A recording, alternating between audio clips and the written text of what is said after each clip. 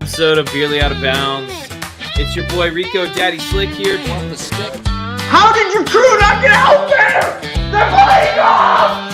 On the green, we sway with a beer in hand every day. From the tee to the hole, we're just trying to keep control. We're barely out of bounds, drinking and golfing around. A toast to the fairway we raise, for the love of the game and the haze. For the love of the game and the haze. I don't know if it's better than flat. I don't know.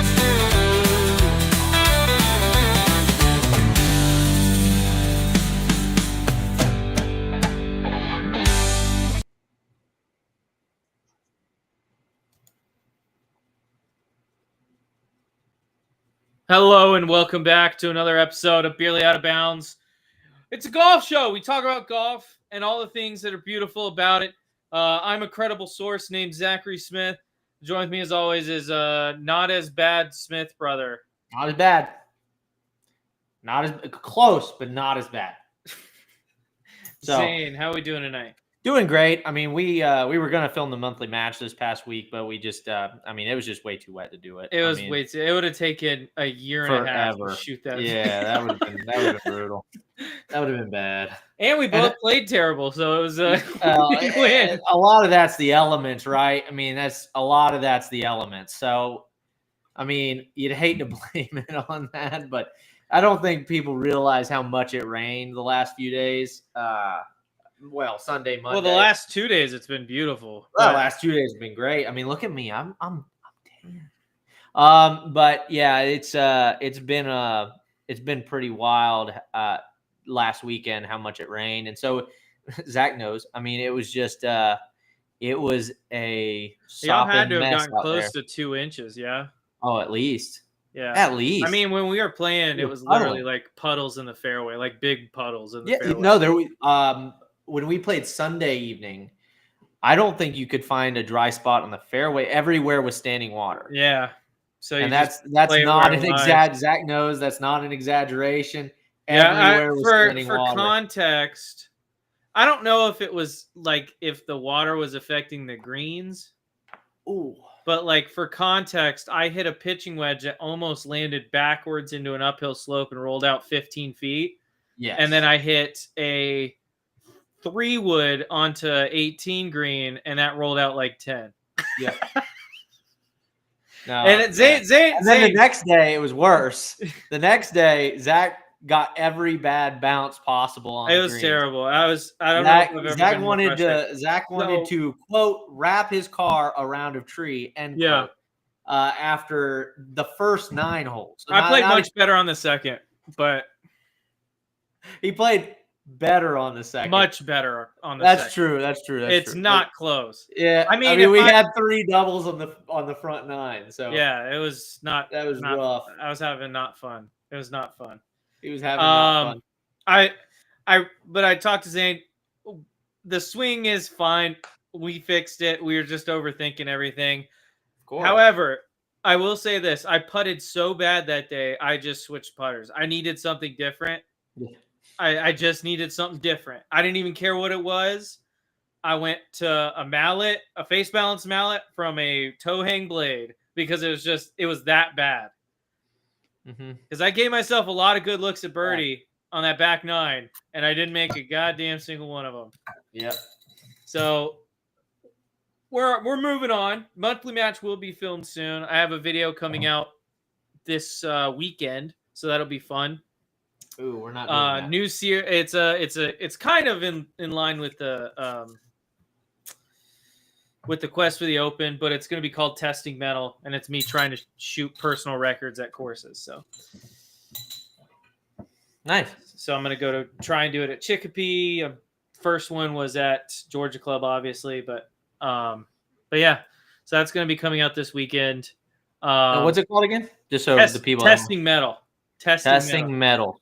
You do know it's spelled differently, right? Like metal. Like metal is different. Spelled differently. Yeah. Whenever you're talking about testing metal. Are you spelling it like metal, like as in a metal? I mean, the video's not done yet, so. Oh. The intro's done. I've got about the first 7 holes done and edited, but very nice. It's going to be coming out this weekend. I'm excited to have that come out. The monthly match actually just let's just check it live right now. It might have eclipsed 150 views, which is a personal best on that channel. So that's awesome. No, it hasn't. 134, but it is still good. Still going up. It's gotten about 75 views just today. So you should post it on Barely Out of Bounds. That would take views away from the original video, though. Just saying.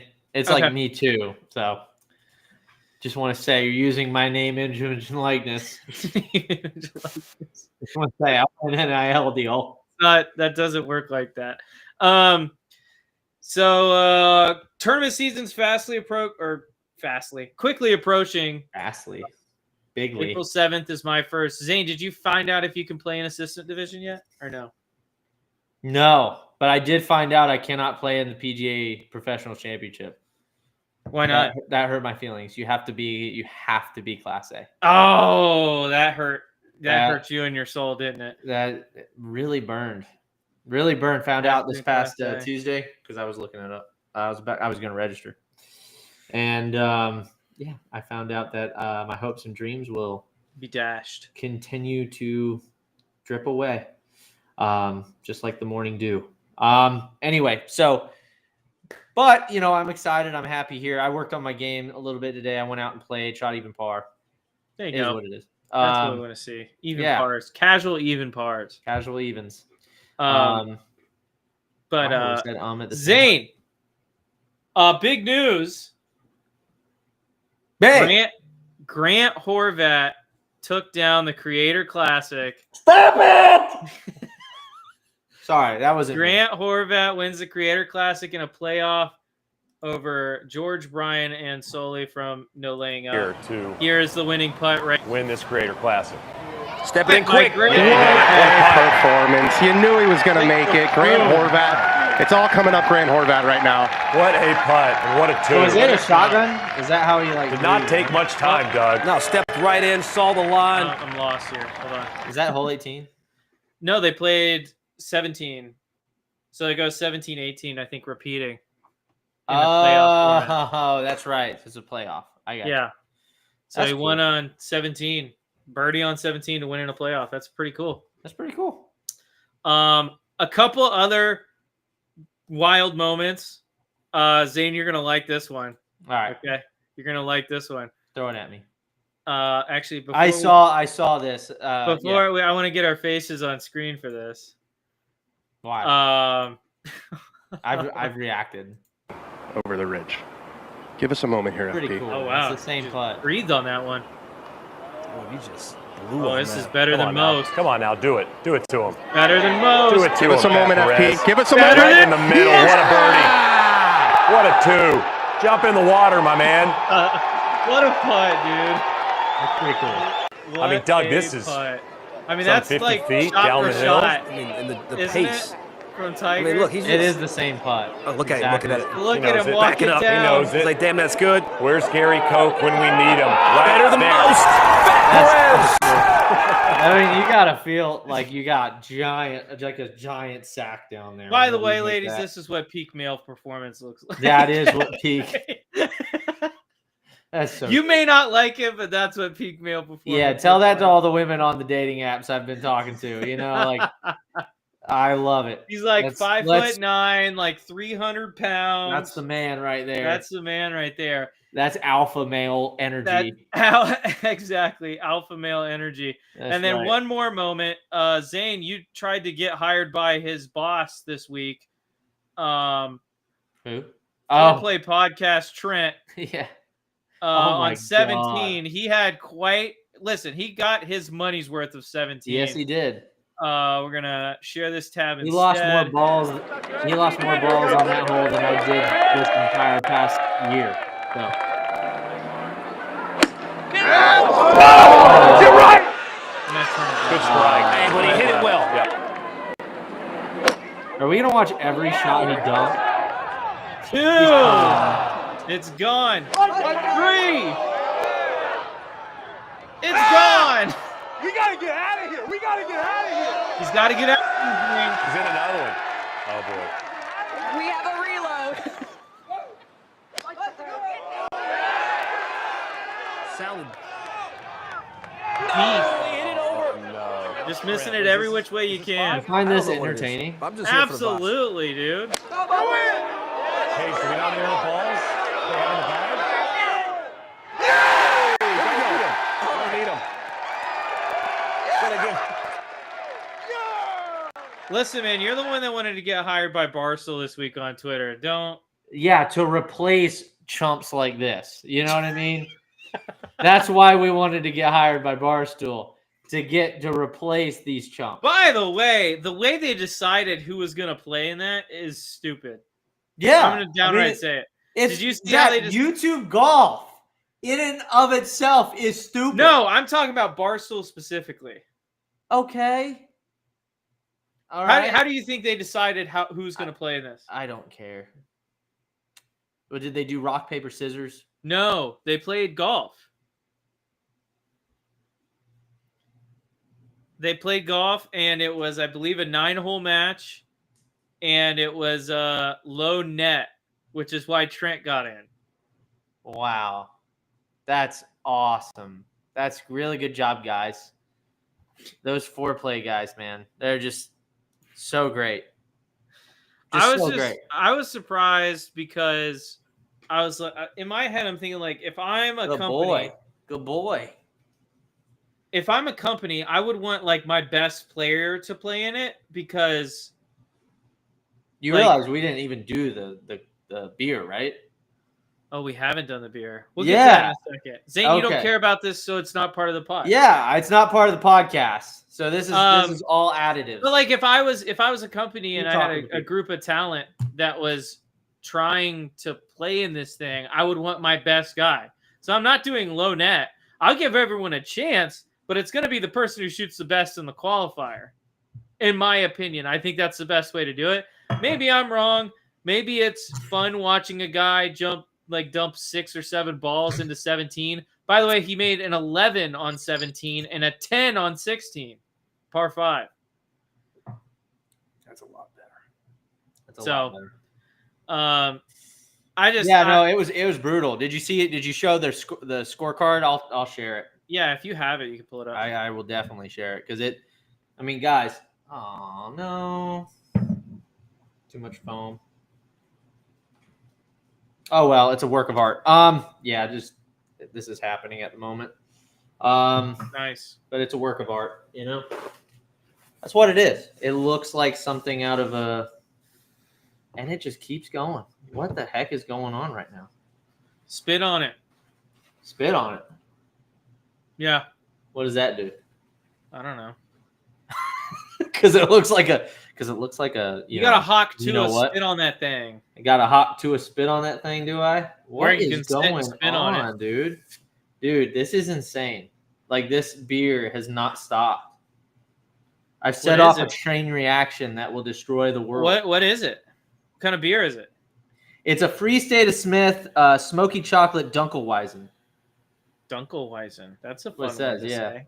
Yeah, that's what Mom made. It's got like chocolate. It's got like a chocolate flavor to it. Oh, okay. What is going on right now? Oh my god! Suck Dude, on it. I won't.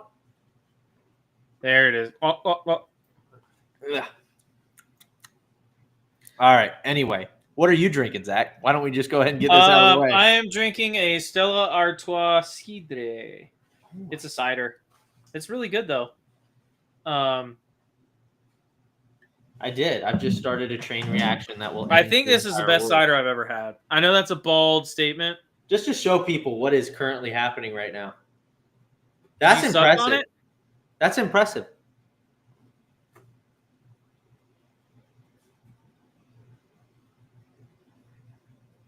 Look, it's still coming. I have set off a chain reaction that will destroy the entire world. Look at that. That's amazing. Oh my God, Mom! So our mom makes this beer. In case people were wondering, it's Free State Smith. This is wild. I'm not going to be able to drink a beer on the podcast. Yeah, you are. Just drink it. Drink how? It's turning into foam before my very eyes. Suck on it and you suck it in. That's what she said. So chug it. Yeah, why not? You want me to chug it? You can. We'll just chug it right now. We'll just chug it right now. There you go. Why not? Ready? 3, 2, 1.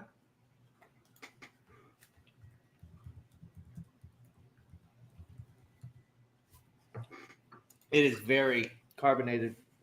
That's probably Oh why. boy. Dang, I don't know who to take now. What do you mean? Oh, I know who I'm taking. Who you're taking? Yeah, never mind. So Zane, What do you mean? we'll talk about it in a little bit. Talk about it. So Zane, what's the first topic of discussion? I feel like we should save the players for the end. Yeah, obviously. I think like talking about the tree and stuff. Yeah. I agree. Yeah, we should save that for the end. So let's talk. I think we should definitely get started with what happened this past week at the Bay Hill. Yeah. Arnold Arnold Palmer Palmer Invitational, Russell Henley taking it down. And you know what is so great, Zane? We got to see the most important shots in the. Oh, we didn't get to see it. Oh, his chip in. We got to see the end of it. You know what's the craziest thing, Zane? What? Let's hear it. There's a camera on him.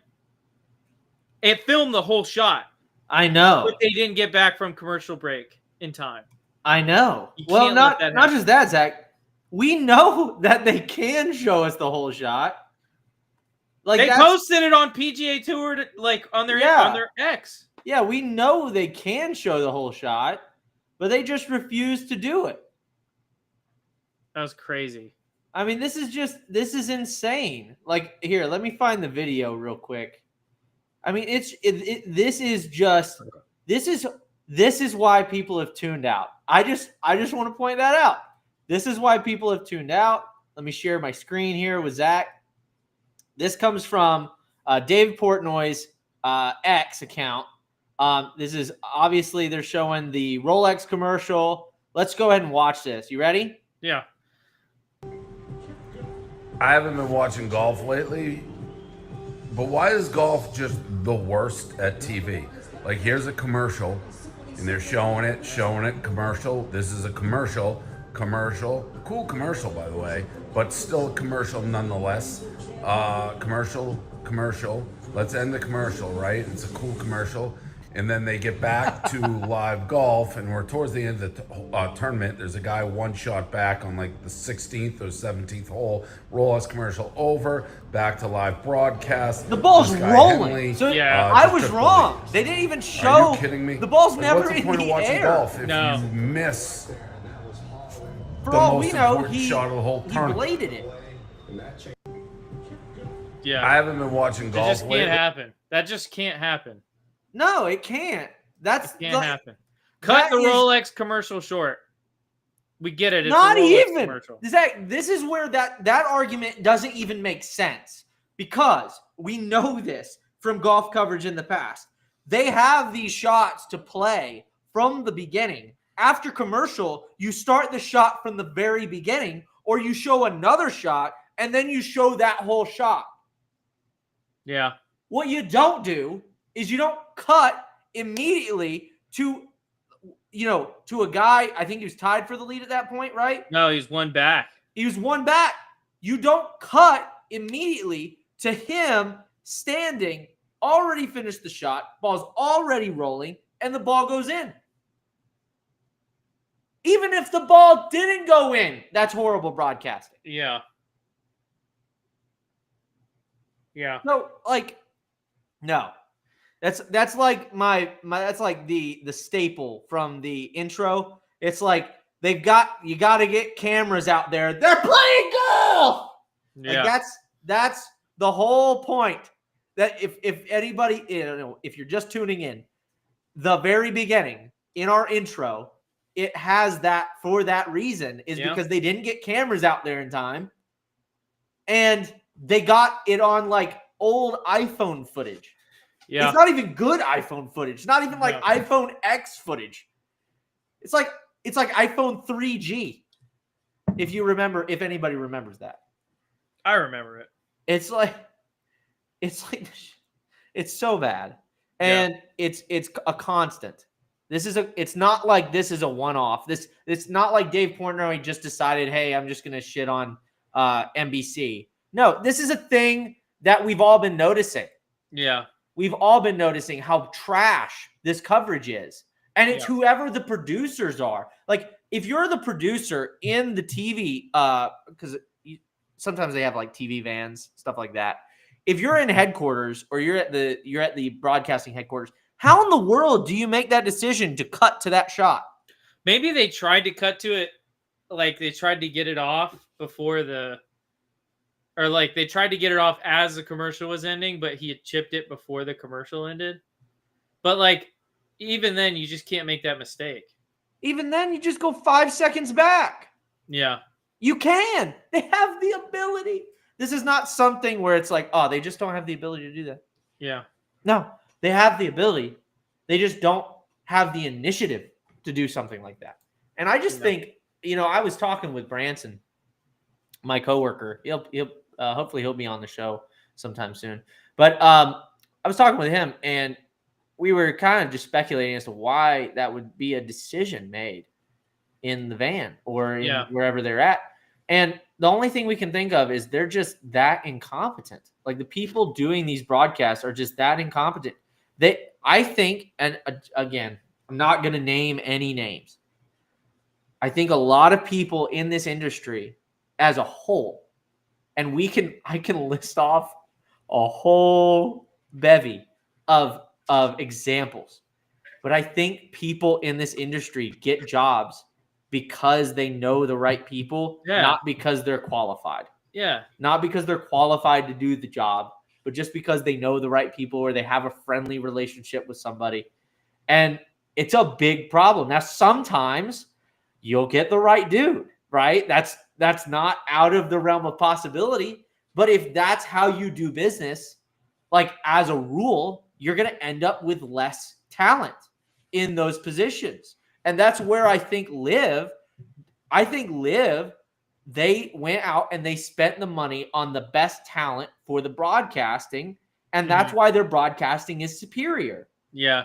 I think that's why. You can't watch the product side by side and say that LIV's broadcast isn't better. You can't.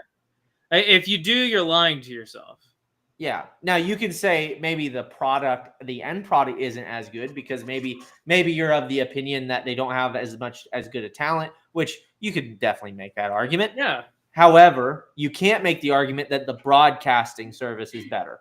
You can't. Yeah. It's impossible. The only thing that beats out LIV is probably the Masters, but that's because they control broadcast to an extent. Yeah. And so that's the biggest difference. Yeah. That's the biggest difference. But NBC Universal and Golf Channel have, for whatever reason, have always done just such a shit job at broadcasting tournaments. Yeah.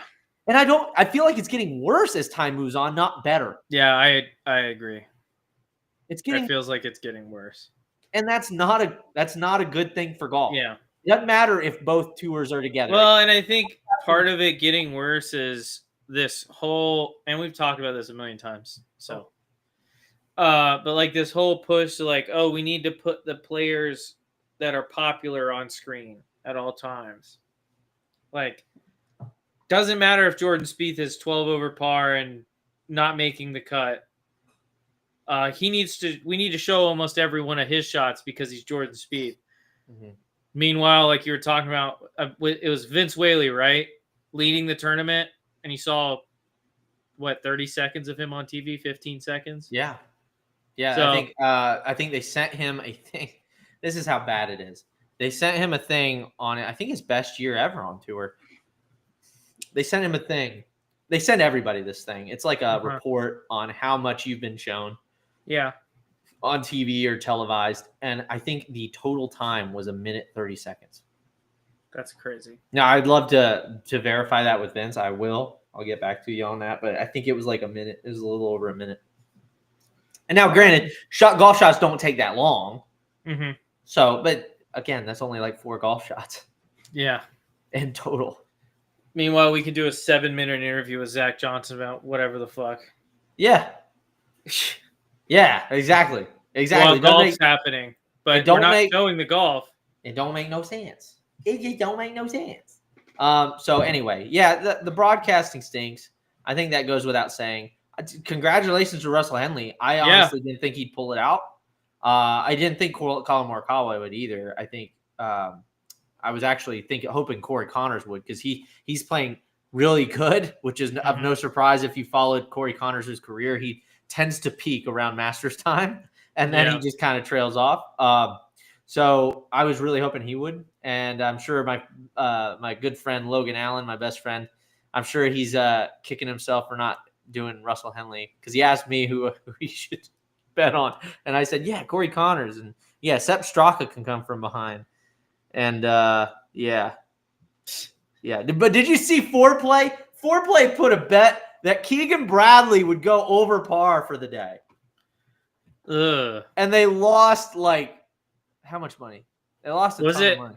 It wasn't Foreplay. It was No Laying Up, wasn't it? No Laying Up. That's who it was. Because I saw you tweet about it, and you said your bets are about as good as your takes. Yeah. Or something along it's true. those lines. It's true. Their takes suck. Yeah, No Laying Up is the softest podcast on planet Earth. Yeah, I mean, if you're gonna have a hot take, have a hot take. If you're gonna just shill for the PGA all day, then at least be honest about where you stand. I don't know, and that's not to say what are you doing, buddy? That's not to say that I have wished nothing but the best for the PGA Tour and its players. Mm-hmm. But when you have a guy like Jay Monahan out there being a snake, the snake. Slippery, slithery snake. If you have a guy out there doing all the stuff he's doing, then it really ruins the reputation of the tour. Yeah, 100%. Shocker on the LIV Tour, Sergio Garcia taking it down. Yeah. Phil placed solo third or tied third? Solo third. Solo third for Phil. It was a day for the old heads, let me tell you. It was. Who finished second? Who was second? Second was Dean Burmeister. Dang. Okay. All right. Paul Casey in the top 5. Nice. So a lot of old heads getting work done. Martin Keimer top 10. Mm-hmm. Kevin Na top 12.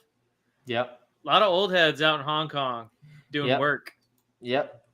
Well, real quick, do you mind if we cover something? Because I was gonna cover this in a negative way.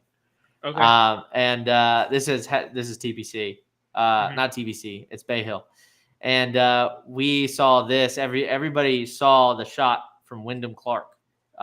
It got a lot of traction on Twitter, on X, formerly known as Twitter. And if you can see this, we finally got a slow motion version of the footage, and we'll leave it up to you guys. So this was the quote from. I'm not going to leave it up. I'm going to make a definitive statement. Hold on. This is from the API Rules Committee. It says after reviewing shot link of Wyndham Clark's tee shot on the third hole during the second round of the Arnold Palmer Invitational Rules Committee determined that the ball returned to its own pitch mark, which entitled Clark to free relief. You ready? Mm-hmm.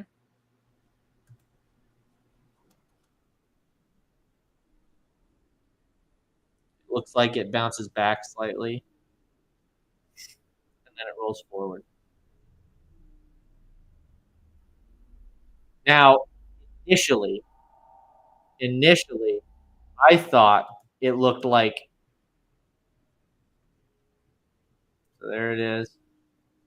Oh, hold on. Here it is, bounce. So it's right there. That's where it bounced.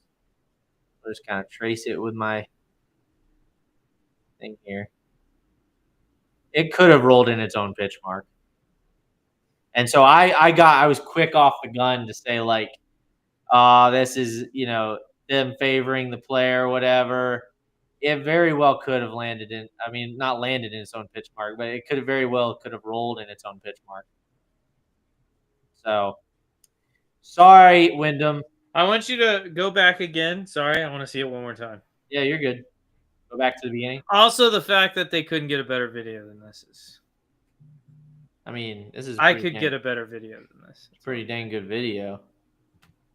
Oh, sorry. No, I need you to go back before it lands. Yeah, this is landing. Lands there. Okay. And that's about where it ends up. Okay. It's falling. This is riveting. This is so riveting. Listen, I'm trying to make it a definitive statement.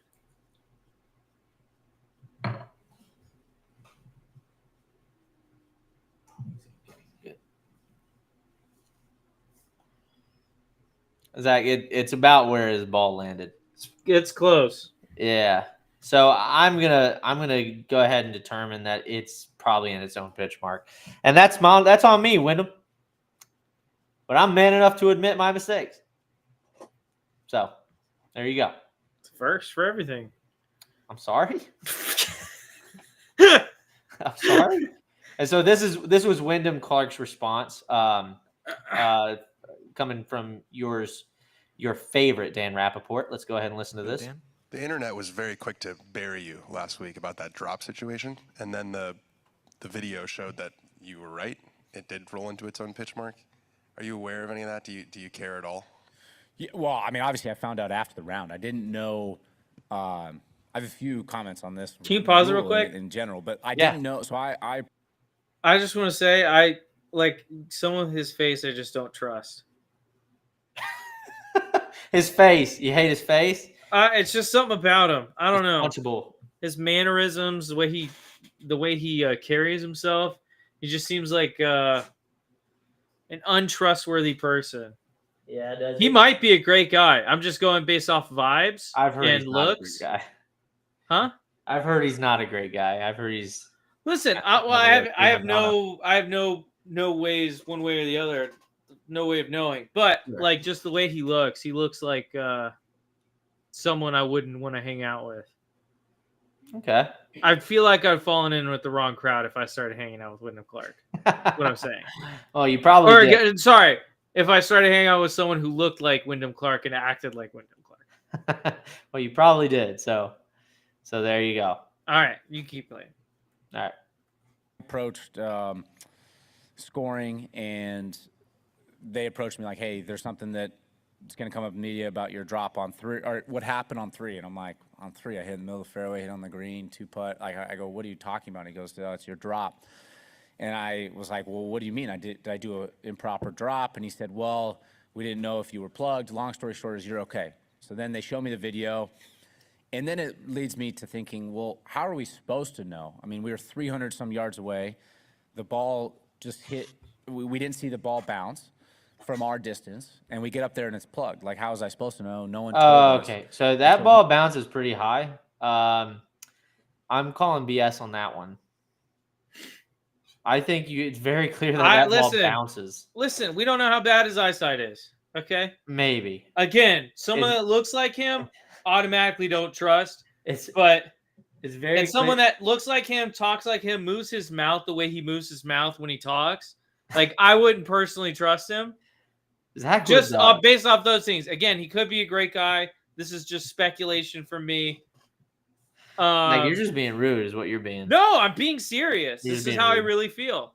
You're just being rude. Let's listen. My frustration was that if I did get stroked, how is that my fault when no one told me that I rolled into something, if I did roll into someone else's pitch mark. So that's one of those rules in golf where it's like, why are we making this so complicated? I can't see that. And if the if the volunteers don't tell me and I get stroked for something that I didn't know happened, it kind of seems unfair But I am glad that it was correct because I wasn't trying to cheat by any means. We just walked up, ball was plugged, took. Yeah. So I get that. I get the fact that it's embedded. I get the fact that you feel entitled to a drop. I totally get that. What I was so bummed about was I thought this was another one of those situations. Like I think you remember, was it Victor Hovland in the trees where he got? No, it was not Victor Hovland. Come on, Zane, you got this. Was it Colin Morikawa? Nope, other guy. Keep going. Come on, you tell me. Xander Schauffele. That's right. So it was Xander, and he got to drop outside the tree line. He got to put it basically way in in the trees. He had hit it into an it's an unplayable. He's taking an unplayable there. Yes. But because there's a wire 20 yards this way through the trees that he theoretically could get to. Correct. And he's like, oh yeah, free drop out into basically almost the fairway, wide open shot at the green. Yeah. If that's the case, listen, if I played in that tournament hitting that right trees, I'm pissed. Yep.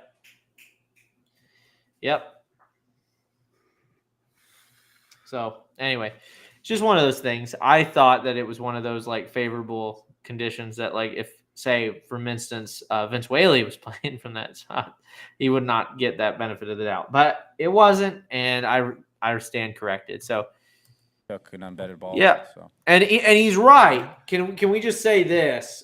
We're done with the video. You can go ahead and pull this up. He is right in the fact that, like, this should not be a rule where if I roll into someone else's pitch mark. Well, Zane, start getting into dangerous territory. No, you don't. Yes, you do. If I'm embedded, if the ball is embedded, I should get a drop in the middle of the fairway. That's just how it should work. If I'm in the middle of the fairway and it goes into somebody else's pitch mark. Are you still against the divot rule? Against changing that? I'm leaning more favorably toward it. Zane's joining the dark side. Yeah, so I like my whole thing is if you change that rule, you have to change the divot rule. Agreed. And here's the thing is because like, you're getting essentially punished for hitting a good shot. Yeah. Yep. And that's not the way golf's supposed to work. You're supposed to be rewarded for hitting good shots and punished for hitting bad shots. That's correct. It's all whole thing is like, yes, there's some luck involved, but it's supposed to be a game of skill. Yeah. And by day 4 at any event, you're going to have the landing zones at certain holes be just flooded with divots. Mm-hmm. And I would hate for a tournament to be decided based on someone hitting a perfect drive exactly where they want to. Yeah. And it landing in a divot of the group before. We're in agreement. Alrighty. Zane's joined the dark side. Welcome. We don't have cookies, but we'll give you a nice little pat on the back. I like that. Anything else to discuss about the Arnold Palmer? I think that's about it. I do know that we have some, just to briefly cover it, we do have some stuff from, this is the scorecard. Can I show the scorecard real quick? Yeah, from Trent.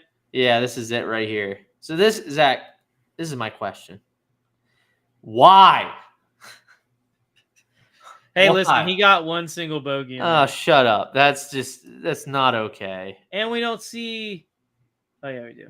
No, we don't. 1, 2, 3, 4, 5, 6, 7. That's not. Yeah, we don't even see his score from 18. 29 over par. That's not okay, Zach. So anyway, it looks a lot like my scorecard in the front 9. Yeah. Anyway, so that's about it. We can take that off for the Arnold Palmer Invitational. So I guess what we want to do now is we want to probably get into TPC.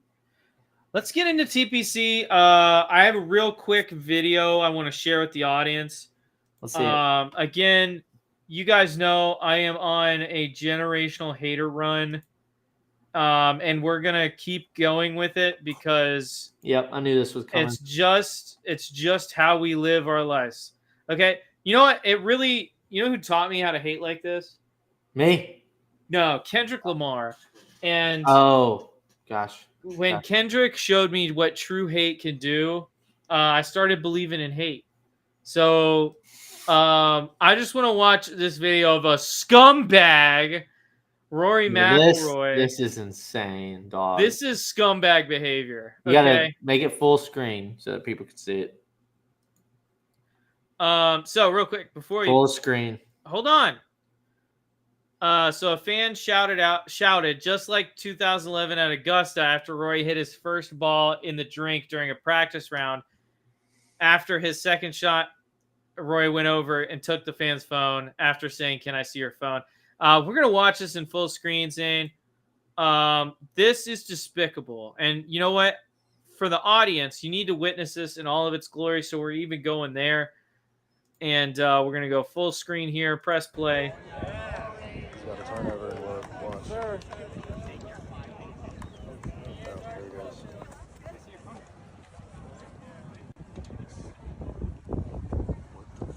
And he just walks away. What a scumbag. What a scumbag. I've never seen anything like that. What a scumbag. Like, here's the thing. I don't mind if you chirp back. I think that's kind of fun. Sure. Chirping with the fans. Depends on how you do it. Like, I think one guy... see, I don't mind it. I mean, I don't mind it. I think it depends on how you do it. If you were to go... Let's say Ricky... Like someone, I think it was either last week or the week before. I think it was the week before because he didn't get into the Arnold Palmer. Ricky missed a putt, and someone shouted out like, "What are you looking at? Are you blind?" And Ricky goes, "What are you talking about?" And the guy doesn't say anything back, and he goes, "Yeah, that's why you're up there and I'm down here." Like that's a good chirp, right? Yeah. Wrong way to do it is the way Zach Johnson and his caddy handled it. I don't know. I mean, I think Zach Johnson and his caddy are well within their rights to say something. I don't know. I feel like at some point I think you just disagree with what they have to say. You know, like I think that's why you don't like it. I think that it's more they're well within their rights to say, "Hey, man, that's not." They're within their rights. I would never it. take anyone's rights away. Like we can kick you out. You know, like that's fine. You know what you don't do? You don't steal someone's phone. phone. That's crazy. That's insane. That's psycho behavior. I think he is. I honestly think something is broken. Rory McIlroy. Did you see that he's not going to be playing? He said that like I'm not going to play playing Champions Tour. So like whenever I'm done with golf, I'm just done. I'm done with the PGA Tour. I'm done. Yeah, that's what he said. And I think, and here's the thing. And we saw this with Colin Morikawa ducking the press. I don't know if you saw that. He ducked the press after same thing as Rory did after the U.S. Open fiasco. Colin Morikawa ducked the press after the API, and he said that he didn't need to do anything for where was it? I'm trying to find it. He said he didn't owe anybody anything. But here's the issue with that is like, well, you kind of do, dude. Yeah. You kind of owe the fans and the press. I mean, because the press are what gets you fans, obviously. You kind of owe everything to the fans. Yeah, 100%. Because without the fans, there is no golf. 100%. And here's the thing, like, sometimes, like, first off, Colin, you didn't win last week, but it's not like you blew up. Correct. You just parred the last 3 holes instead of birdieing one of them. 3 tough holes, by the way. Yeah. And a guy chipped in for eagle. There's not much you can do about that. Like it's not like Rory missing a 3-footer on 18 for par, right? It's not the same. Yeah. Right? Like Colin played well. Someone just chipped in for eagle on 16. And that's like, and took a 1-shot lead and you had 3 to play. So it's like, I hate the idea that like athletes in general don't owe, like I don't owe the fans anything, or I don't owe anyone anything. Cause it's like, if without the fans, without the people who are out there buying the shit that you sell, whether it be with TaylorMade or whoever his clothes manufacturer is or any of that stuff, you're not a millionaire. Well, see, even in the podcast space, we're beholden to you guys watching. You know, we are beholden to you guys watching, and yeah, we do it for fun. Like at the end of the day, I don't really mind you disagreeing with one of our takes. Yeah. But if I'm not doing, like, if say we became super successful at this, and say we were, you know, pulling in thousands of dollars a week. Yeah. Say that was the case. Maybe not obviously in this next year. Maybe this is 10 years down the road. But say we're doing it. Mm-hmm. We owe everything to you guys. Yeah. If 100%. That's the case. It's not like, you know, like, no, you know, I do this for fun anyway. I don't owe you nothing.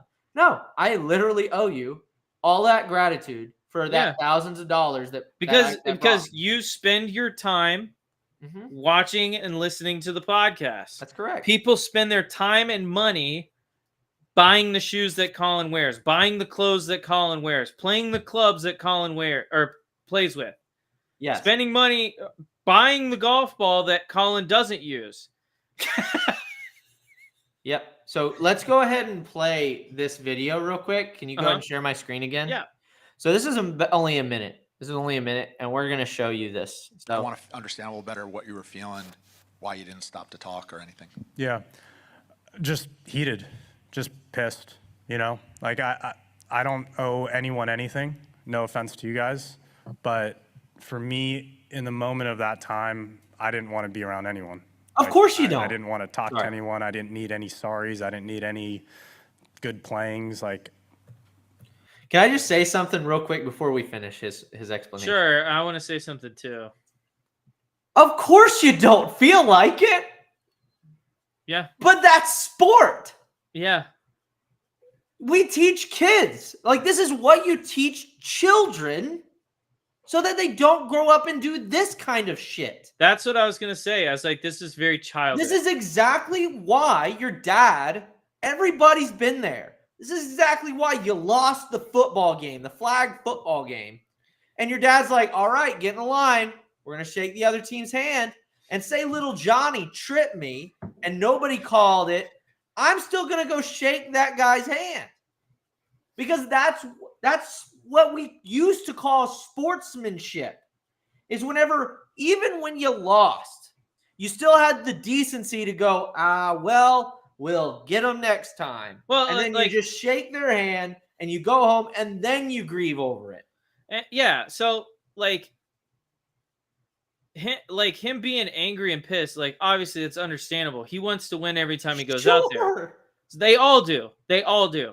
They all want to win every time they go out there because they all think, and this is probably true, that their best is as good as anyone's best. And it so like, obviously Colin's pissed that he didn't win, and I get, excuse me, and I get it, but it's absolutely childish to be like, I just didn't want to be around anyone. I just wanted to be by myself. Yeah. Like, sir, you get paid millions of dollars a year to play a game. Exactly. Like, I get you didn't want to be around anyone. Even when they weren't getting paid millions of dollars a year, this was the expectation. Yeah. And you're getting paid way more, considerably more than they used to get paid. Yeah. Even in even in real dollars, you're getting paid more. Not even in nominal dollars. Yeah. You're getting paid 10 times at least more to play this stupid game, which is called the gentleman's game for a reason. And here you are acting like a little shithead. I mean, this is the little kid on the team that you don't like, but who's talented, that you have to put up with because they're talented. 100%.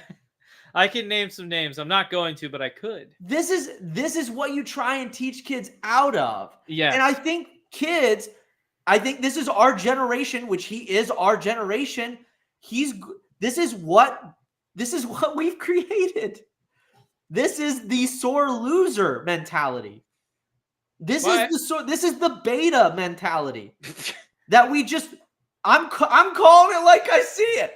This is beta. I'm not saying I haven't done it. I'm not saying I'm not guilty of it. But Zach, is this not beta shit? It is. It is. And you know what? I'm gonna bring it back a little bit to YouTube golf. Okay, Zane. Oh my god. Okay, I got to tune out for this. You go ahead and talk. No, okay. So last year, Wesley Bryan nearly earned back his tour card on the PGA Tour. Nearly earned full tour status. He finished like 128, that's tough, right? Mm-hmm. So he had to go to Q school to try and earn full tour status. Because of where he finished, he was able to just bypass the first couple rounds, and he was in the final automatically. Mm-hmm. He's in the top 5 going into day 4 and shoots a 79. Guess who did an interview after his 79? Wesley Bryan. And you know what? That's his livelihood that he just lost. And he knows it. Well, obviously, he's got YouTube as like his side thing, or he says he's got the PGA Tour as his side thing now. But like, that's a big deal. Like, he was on the verge of tears. Mm-hmm. And who could blame him? Yeah. And you finish second place in a tournament to a guy that chipped in for eagle on 16, and you're going to not even show up and do an interview? Even if it's just go, like, like, we're going to make this quick. Like, we're going to talk about it briefly, and then, I got to. Yeah, nobody's saying you have to act excited. No. You don't have to be like, all right, guys, we were close this time. No. Darn it.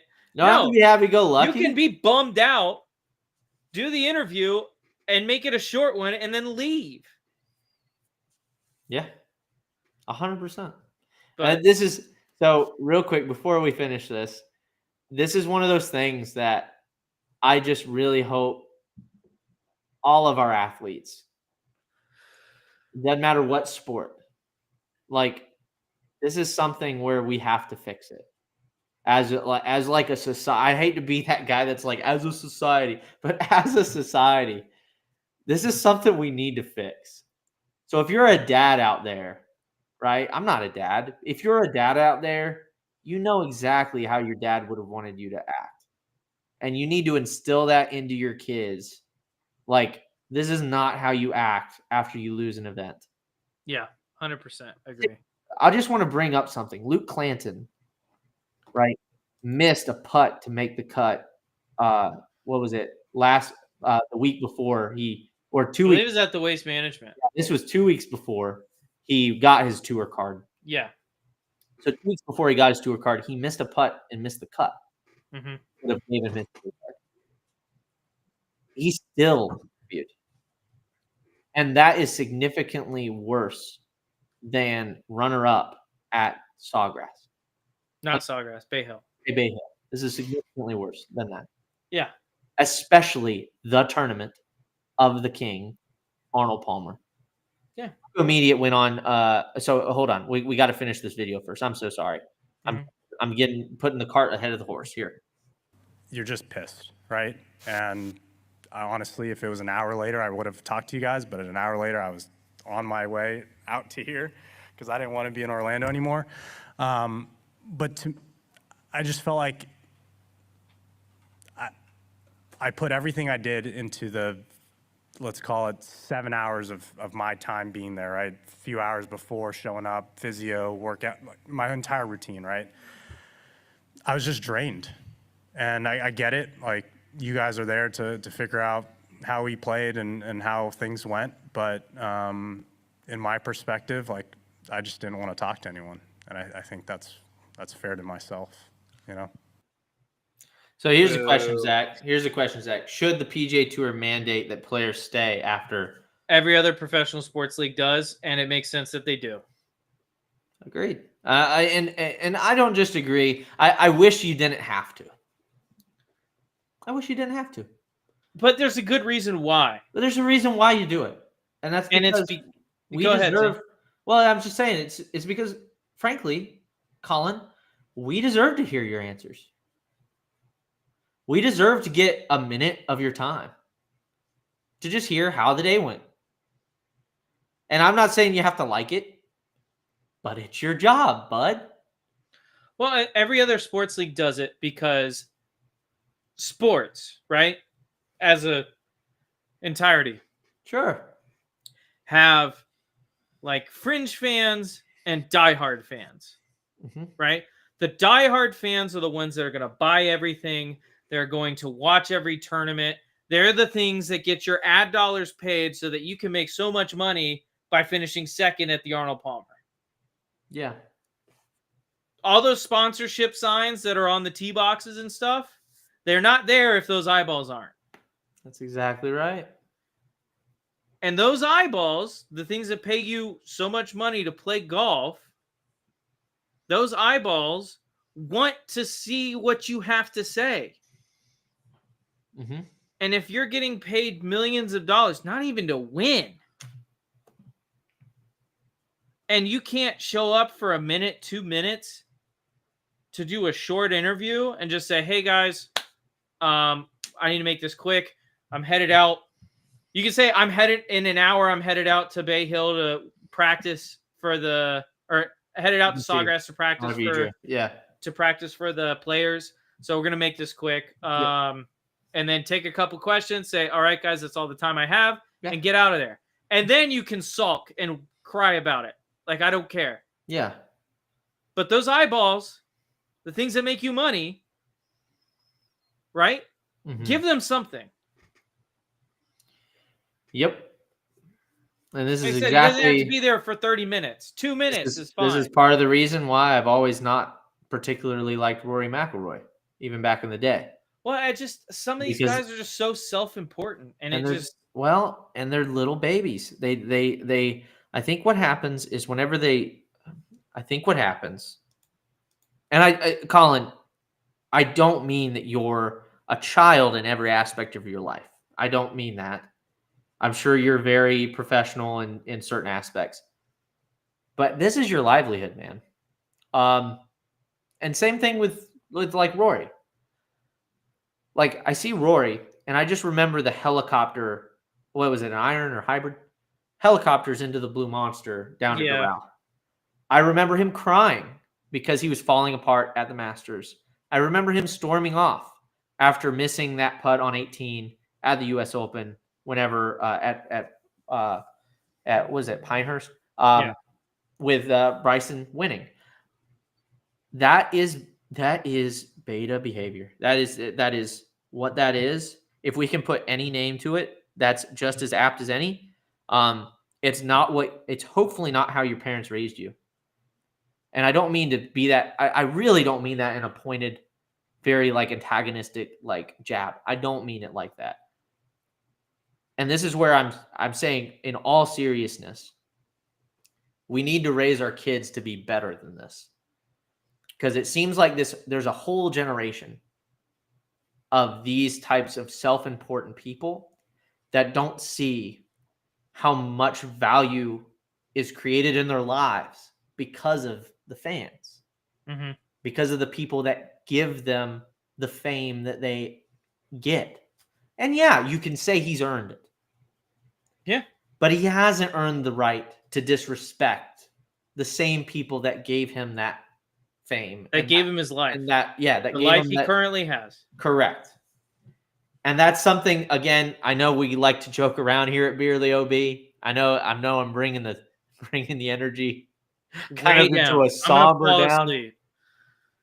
I know I'm bringing the energy right down, but I mean that in seriousness. Is we got to change something. This cannot stand. It's been happening the past really ramping up the past 5 years, and I can't stand it. Okay, that's it. And real quick, Rocco had the best answer ever, and this is just remember, Rocco is the guy. Rocco is the guy that said, that had to play Tiger Woods and lose to him with a bum knee. Rocco Mediate said, quote, biggest bunch of horseshit you could ever say, period. I mean, that is the dumbest, most selfish garbage you could ever say. Mr. Palmer would have hunted him down. And just judging from the stories that you hear about Arnold, that is 100% accurate. Yeah. Arnold Palmer went up and faced down Tiger Woods down in Jupiter because he thought he was chasing tail. Yeah. At the time he was, and told him to quit it. Yeah. And so if you know that story. Yeah. And so Arnold Palmer is one of those guys that understood, and this is why he had an army following him. He understood the importance of maintaining that relationship with the fans and the public, and maintaining also that reputation of like a gentleman. Being a gentleman, he really understood the idea of being he was the first, being a celebrity, especially in the golf sphere. Yeah. Like, you have to maintain an air of, I'm open, like, I'm a good guy. You know, I take my licks when I need to take my licks. Yep. Like, he understood that. And it's the reason why everyone loved him. Everyone loved Arnold Palmer. Yep. But Anyway. anyway. And that's a great way to end the Arnold Palmer bit. So that's a great way to end it. That's a great way to end it. We're going now to the 5th major, Sawgrass. Woo! Zane, I want to start out.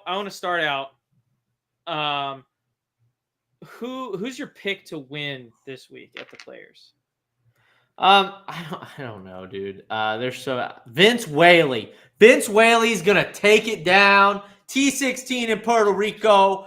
Vince Whaley's got this on lock. How did he do this past week?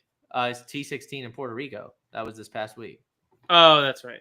Yeah, he didn't make Arnold Palmer, unfortunately, but he did play down in Puerto Rico, and he played pretty well. So if we're looking at like the data golf, let's look at the projections for data golf. Let's do model, pre-tournament model. Here we go, PGA Tour.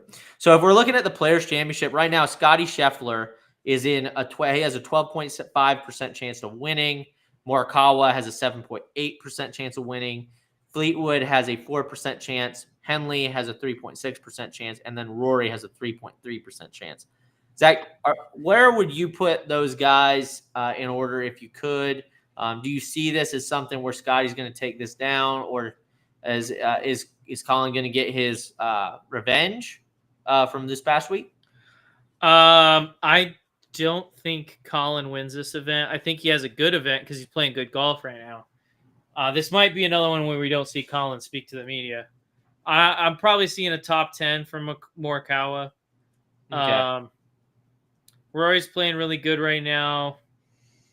Do you think Rory has a chance there? It's not a major, so yeah.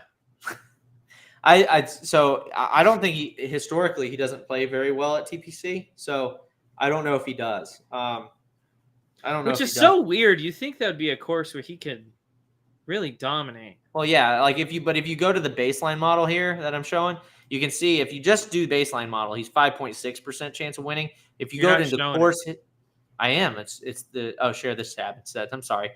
So sorry about that. So if you look at this, you can see he's a 5.6% chance of winning in the baseline. If you add the course history and course fit, he's only 3.3. So that's a huge drop in percent chance of winning for Rory McIlroy just because of the course. You can see though, Colin Morikawa jumps up. Tommy Fleetwood, Russell Henley both jump up whenever you add in the fact course fit and course history. Zach, would you be surprised if Fleetwood takes it down? I just don't know how he's been playing lately, if I'm being honest. Okay. He's been trending up. I think there's a chance he takes it down. See, this is a tournament, like the Arnold Palmer is a tournament where like a guy like Fleetwood, I could see winning his first event. You know what I mean? Like a guy who's just hung around for a long time, kind of like Ricky did when he won. Sure. He just hangs around for a long time, and then he just kind of breaks out on the scene, and then finishes top 5 in every major over the next like years. Mm-hmm. But like, it would be really cool to see him play well. And he's playing good right now, so I could definitely see him doing it. He's a great ball striker, so Yeah. I think it just depends on if his putter can get hot. Obviously, Scotty Scheffler is going to be the favorite in any event. He's just that good. Although the putter for him is just, I don't know, man. Sawgrass has got some funny greens. Yeah, of course. I mean, we So just saw one of them. I don't know if Scotty is. I don't know if I like Scotty. Well, he did drop down whenever you add in course history and course fit. Yeah. So, yeah. I just don't trust his putter, man. I've seen him miss some bad ones last few weeks. Mm-hmm. Like, yeah. He's a good golfer, like way better than probably I'll ever be, but he's just missed some bad putt. Like, he looked like me out there. Yeah. On Sunday. Yeah, Or it Monday. did not look Monday. good.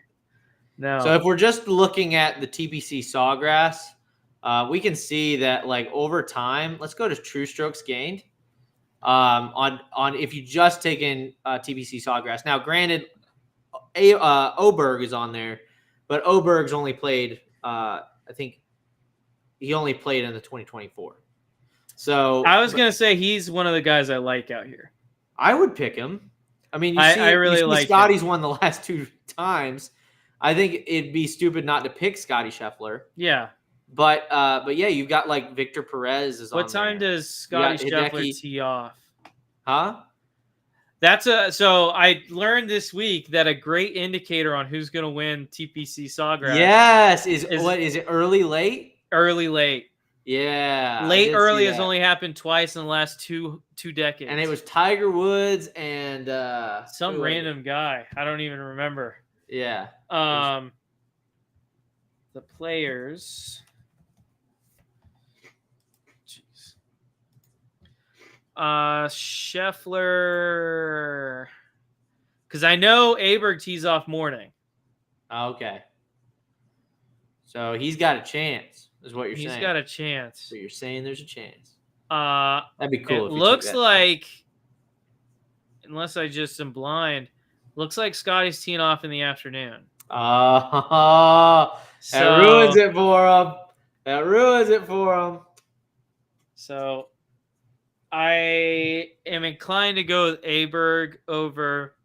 And you probably get great odds on that too. Yeah, Scotty Scheffler 129 tee off tomorrow. So I think Rory's teeing off in the afternoon. Xander's in the afternoon. Dude, let's take Oberg. Let's just go all in on him. Let's put the house on. Let's bet the house. How's he doing so far on let's click him real quick. How's he doing this year? He's played, he's got a win. Trending down a little bit. You can see that trend line kind of drop. I mean, granted, he's still doing better than the field, but like Yeah, who knows? Who knows? Could be one of those things. If we look at the Arnold Palmer, he finished T22. Yeah. He's doing well on his putts. It's a lot of it's around the green and approach that have been kind of kicking him. Gotcha. So, anyway. But yeah, I like Oberg this week. Oberg, whatever his name is. Aberg, Aberg, Uberg, Iberg. We all berg. Lakers in 5. We all berg.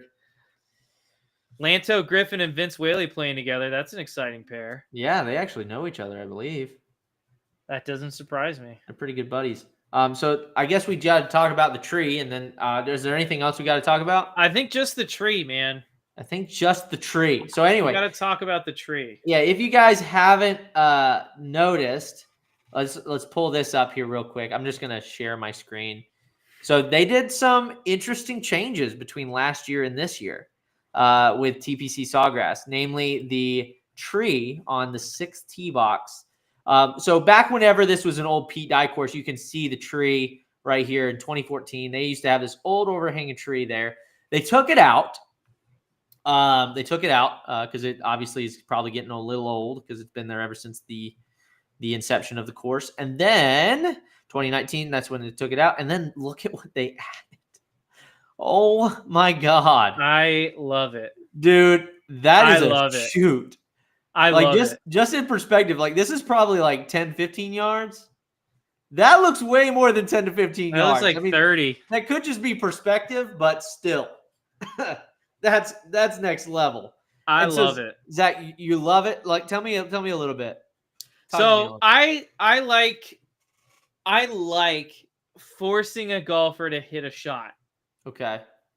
Because, like, let's be honest. On just like a normal tee shot, they can hit almost every club in their bag in the fairway. No. The reason they miss fairways is because they're trying to hit it harder, get the ball close to the hole. Mm-hmm. If they wanted to, they could hit every single fairway. Yeah. I like forcing a golfer, even if it's just mentally, because, like, go down to that bottom picture. Zane? Down to the bottom picture. Yep. Yeah. Like, that actually isn't that much in play with the driver. It's not. It's 30 feet in the air. Okay. At least that's the dimensions I saw on a picture. Yeah. It's 30 we'll feet see. in the air. We'll see. We'll see. It's like 28 at the bottom and 30 at the top. We'll see. But it's actually not that much in play with the driver. Mm-hmm. But mentally, you're thinking, I have to hit it low. I have to. I don't have a choice. I have to hit it low. It makes you have to shape the shot. I love this change. Okay. I love it. I love it. I love it. I love it. Okay. So let's go ahead and take a look at Brad Faxon did a video. Let's go ahead and show this real quick. Go full screen. Standing on the 16th here at the Players Championship. Shorter par 4, but one of the big changes for this year that PGA Tour did was bring back a tree. There used to be a tree here when Dye first created this hole that had a branch that really came across and got in the player's eye. The tee's been moved back a little bit, so this tree, which was found in the forest to the right, has kind of like a reverse U shape. It's definitely in play. It might take driver out of somebody's hands, because if you hit it a little left or a little right, you could clip the tree. You definitely got to keep it down. Look how narrow this shot looks. I love that. Changes I don't think I do. What? No. Oh, I think it got through some. Yeah, perfect. Yeah. Found a window. It's actually fine. Great Listen, shot. it's because That's insanity. Listen, you don't have the Stinger driver in your bag. What are you doing? Nah, dude. Like, let's look at. Yes, dude. Let's look at this. So, if we're just looking at Donald Ross, arguably one of the best course designers of all time, he had this to say about trees, and I think we should look at this real quick. So, this is his little quote. There we go. It says, "As beautiful as trees are, and as fond as you and I are of them, we must not allow our sentiments to crowd out the real intent of a golf course, and that is providing fair playing conditions. If it in any way interferes with a properly played stroke, I think the tree is an unfair hazard and should not be allowed to stand." All right, that's bullshit coming from him. Have you seen some of his greens? That's bullshit coming from him. What do you mean? Have you seen some of his greens? Are you serious? What do you mean? Some of his greens are ridiculous. They actively get in the way of providing a fair playing condition. No. Yes. Zach, he's talking about the same trees. thing. It's not the same thing. No, buddy. it's not. It's the same Having thing. having a false front or false side is not the same. It's not thing. a false front or a false side. It's hitting the shot to a middle of the green, and because there's a slope that looks like an elephant was buried there, it rolls off that hill onto another hill, and then off the false front. No, come on, man. Zane, yes. No, that's crazy. I don't want to hear anything about fair play conditions from Donald Ross. I love playing Donald Ross courses. He's a great course designer. But if you're going to tell me that this is unfair and his greens aren't, I completely disagree with you. You're required, on his greens, you're required to play to a spot, yes? Sure. On this tee box, you're required to hit a shot. If you hit to the middle of the green, you're not going to end off the green on a Donald Ross course. Absolutely. That's not true. That's just that is absolutely true. You're just You're false. Like, what hole is it? 11. 11 at a Mark Twain. 11 at Mark Twain. Yes. You don't. If you hit at the middle of the green, it's not off the front. It is. No, it's not, Zach. If you're playing early morning and they No. just rolled them, yes, and it that's is. not how he created it. That green has sunk since that course's inception. No. So let's describe. Yeah, I know I'm right. Let's that describe the green green. over time has sunk this way down the hill. We know this. You're wrong. No, I'm right. No, I'm you're right. not. Dude, Listen. green You want to hear how don't just- crazy gravity is real, Zach. Gravity. First off, we don't even know if you actually believe that. So why don't you stop talking right I don't now? actually know if I believe in gravity. Zach, gravity is real. It pulls things, right? That green is on a slope. Over time, that green will slowly start to go like this more and more. You cannot say that green, at its inception, it was doing that very same thing. I If can't hit tell at you the what middle- it was at its inception. I'm if not you hit in the 180 middle years of the old. green, you will stay on the green. Period. No, End of you story. will not. You Yes, you specifically will. can't land in the Yes, middle of the green. you can Because land here's it in what the the middle. green looks like. No. You Zach's have wrong. false front, Zach's flat wrong. tier, big hill in the middle, Yes. top tier, Yes. big hill at the back. If you hit it and it goes to the back of the green, you're off the front. If That's you hit not it, it goes true. onto the middle slope, it's off the front. That's not Yes, true. It is. In I've normal seen it playing happen. conditions, that's not true. I've seen it happen. Yes. It's happened to maybe, me. Maybe when it's You're gonna super deny my dry lived and experience. cut and maybe if it's rolled. They But you're not always roll them, Zane. No, you're not going to do that whenever it's in normal playing conditions. That's just not going to happen. That's fake news. blatantly You are untrue. fake news.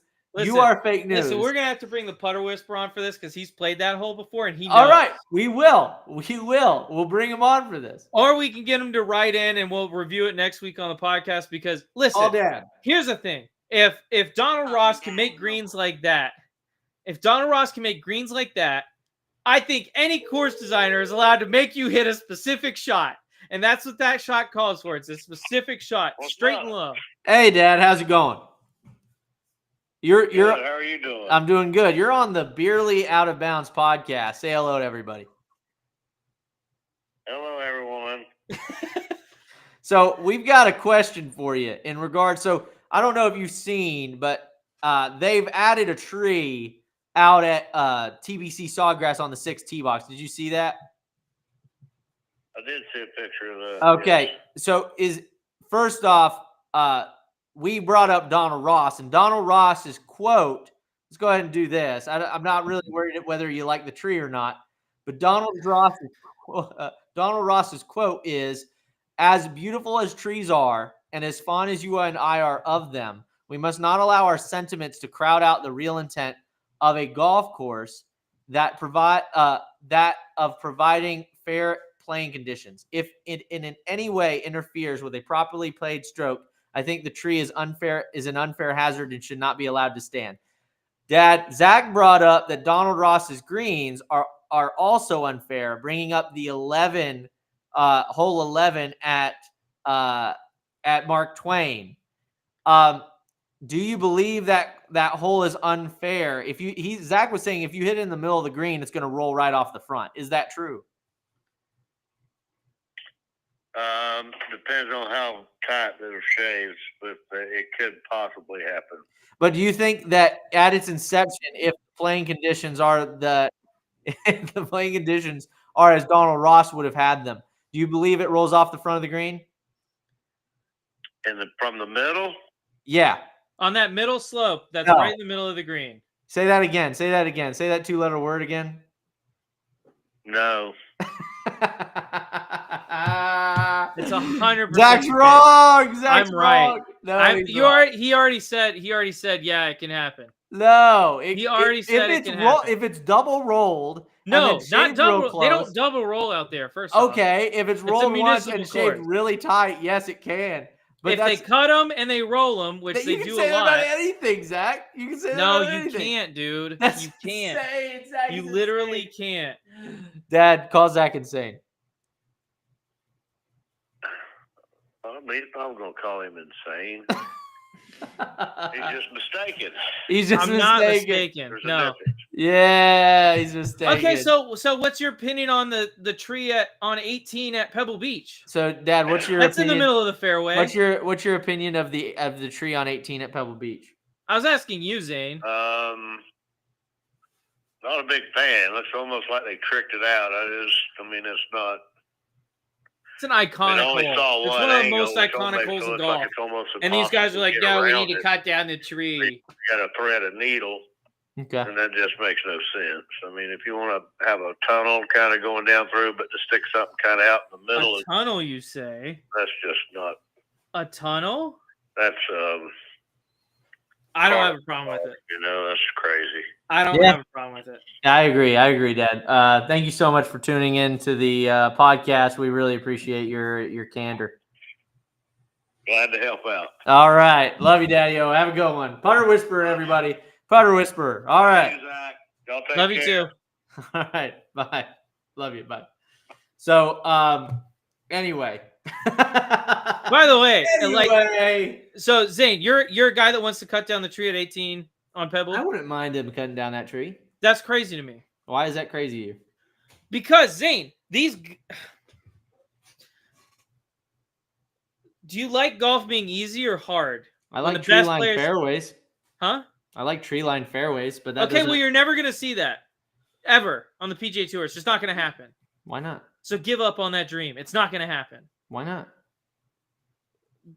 It's just not. It's just not. Why not? When's the last time you saw a tree line fairway on the PGA Tour? On the PGA Tour? Mm-hmm. I mean, TPC has some. That's PGA Tour. It doesn't have tree line fairways. They do have some tree line fairways, bud. No. Yeah, they have tall pines. Yep, they do. No. Yeah, they do. What hole? I can look it up right now. I'm not. I struggle to think of a fairway that is tree lined. TPC. You can see trees like around away from the fairway, but it's not a tree lined fairway. It's still a tree lined fairway if you have trees lining the fairway, bud. If they're 30 yards off the fairway, they're not lining the fairway. What do you mean, the 30 yards off the fairway? They're not 30 yards off the fairway in a lot of respects. In a lot of respects. Zane, you got politician mouth right now, and it's pissing me off. I'm sorry. I can't help that. I can't help you with that. In a lot of respects. Depends on what your definitions of is. Yeah, what do you mean? What do you call this if not a tree line fairway? Share the picture. What do you call that? Hold on. You gotta where is it? Enlarge it. Yeah, what do you call this? Can you enlarge it so I can see? Or no? What do you mean enlarge it? Can you enlarge the picture? It's sorry. It's share this tab instead. Sorry. What do you call all this if not tree lined? Like you call that 30 yards? There's 30 yards in between the trees and the fairway there? Okay, that's one example.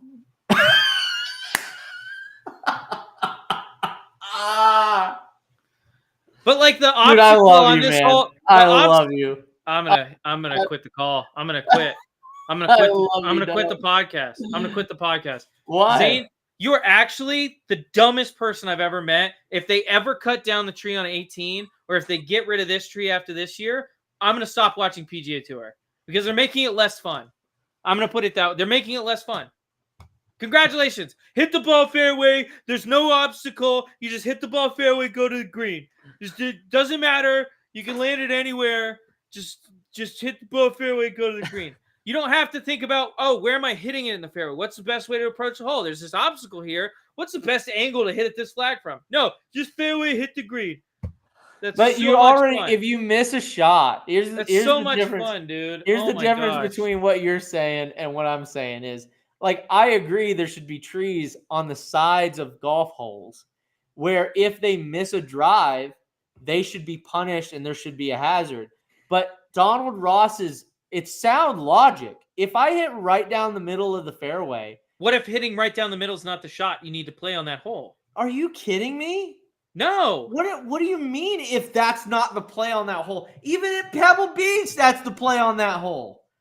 What are you talking Yeah. about? So the play on that hole off that tree doesn't come into play off the tee. I know. It comes into play after your layup, if you lay up. Yes. Why? What's the reason? Okay, Zane, have you ever taken a test? Buddy, stop it. Have you ever taken a test? I've taken tests before. Yeah. Oh, that's good. I'm glad you've taken a test before. That's really good for you. Yeah, I did the playability test. I did better than you.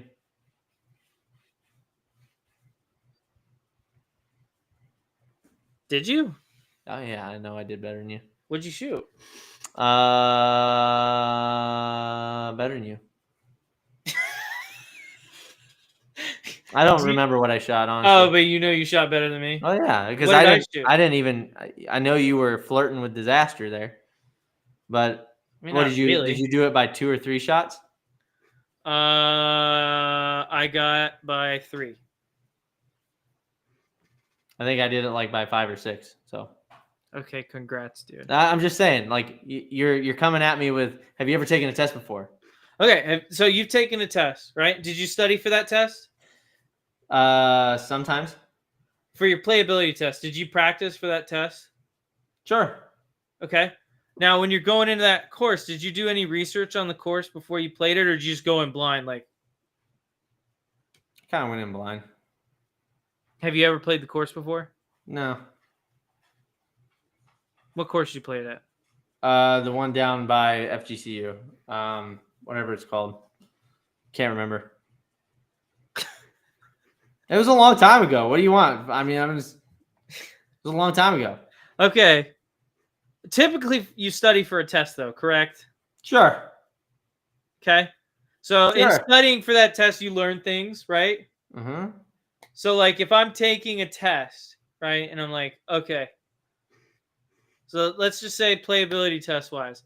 Let's say there's a hole that's like, oh, it's technically drivable, but there's water short and long, bunkers right and left. Okay. Like, I could hit driver, but if I mishit it at all, I'm going to end up in trouble.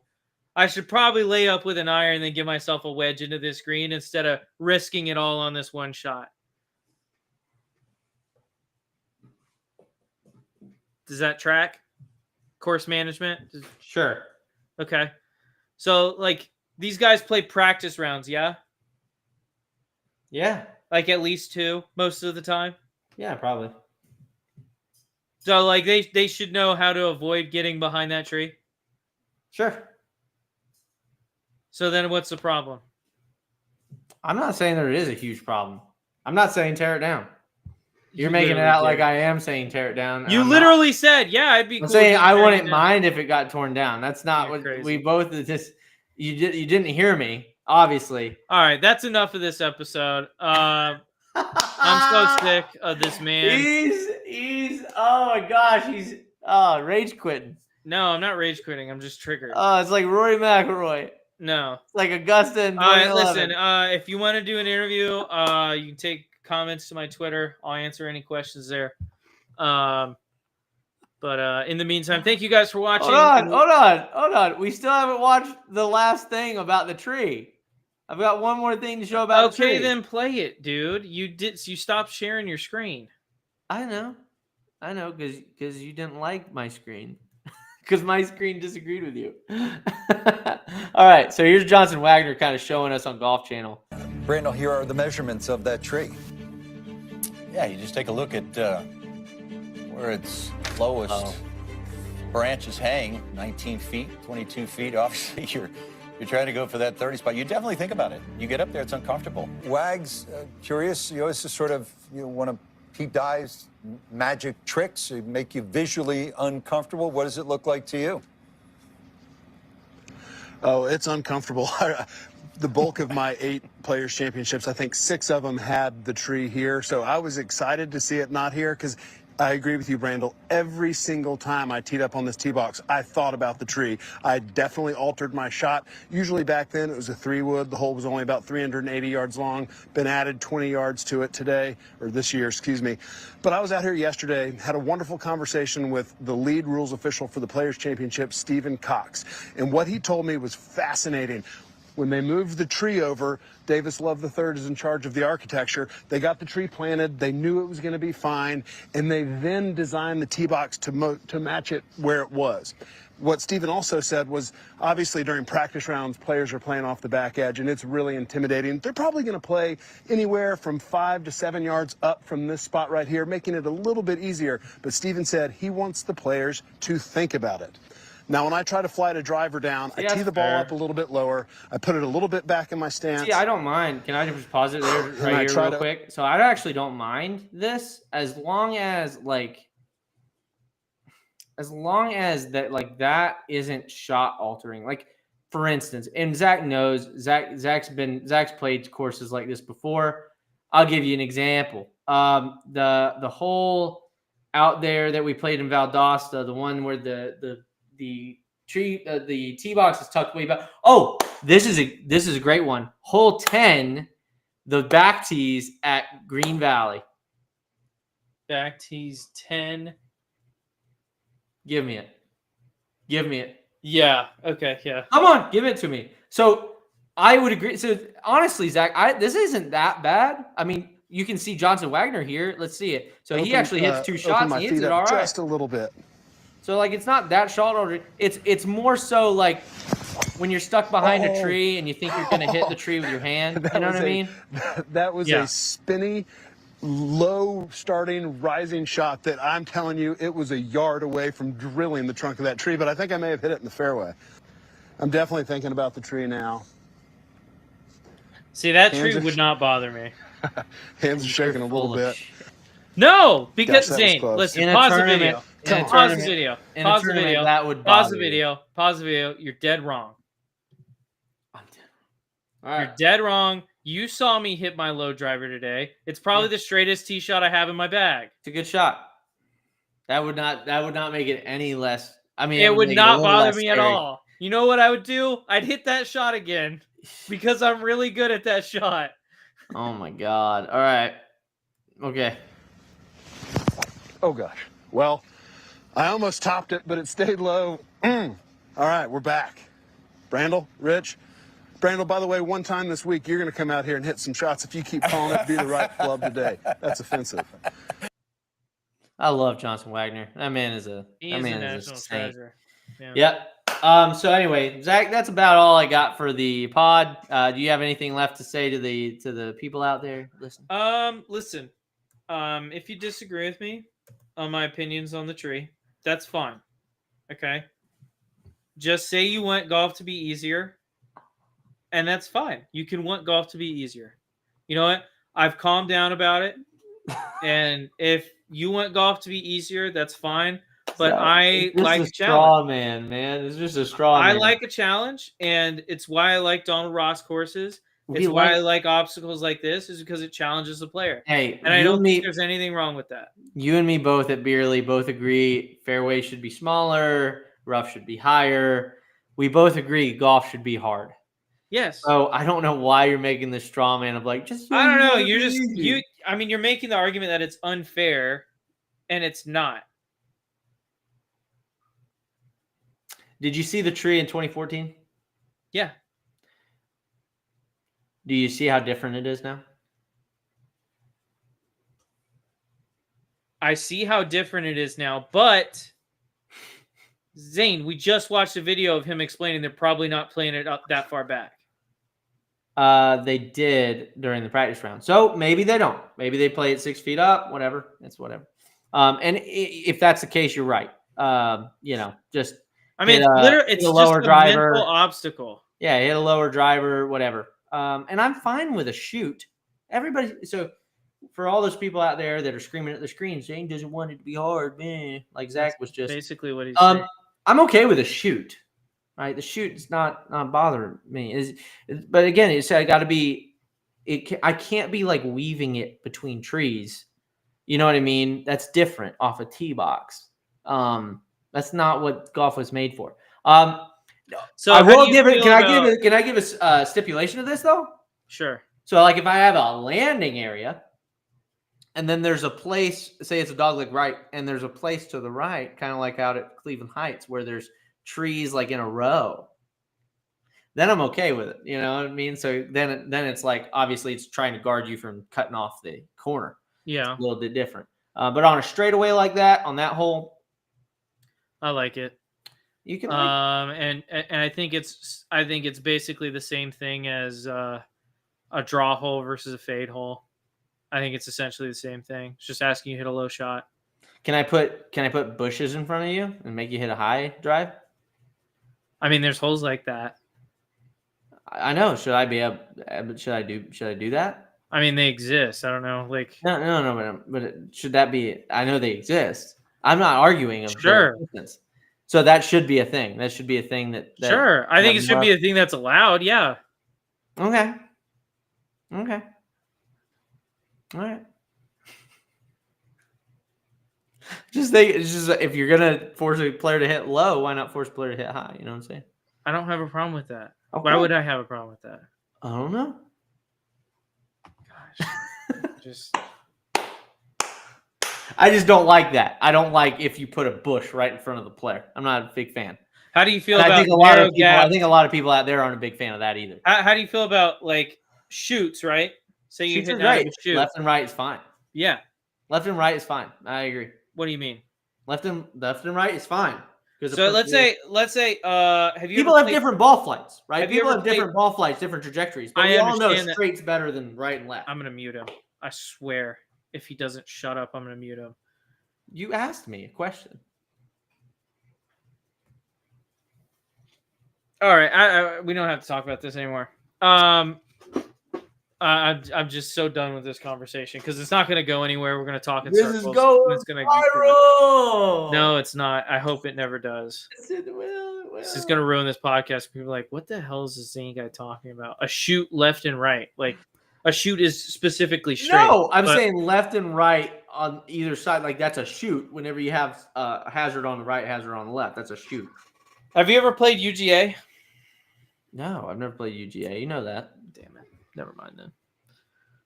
There's a lot of tree line fairways out there. You have to hit down a shoot. It's like a Sure. narrow, like There at Georgia Club, there is.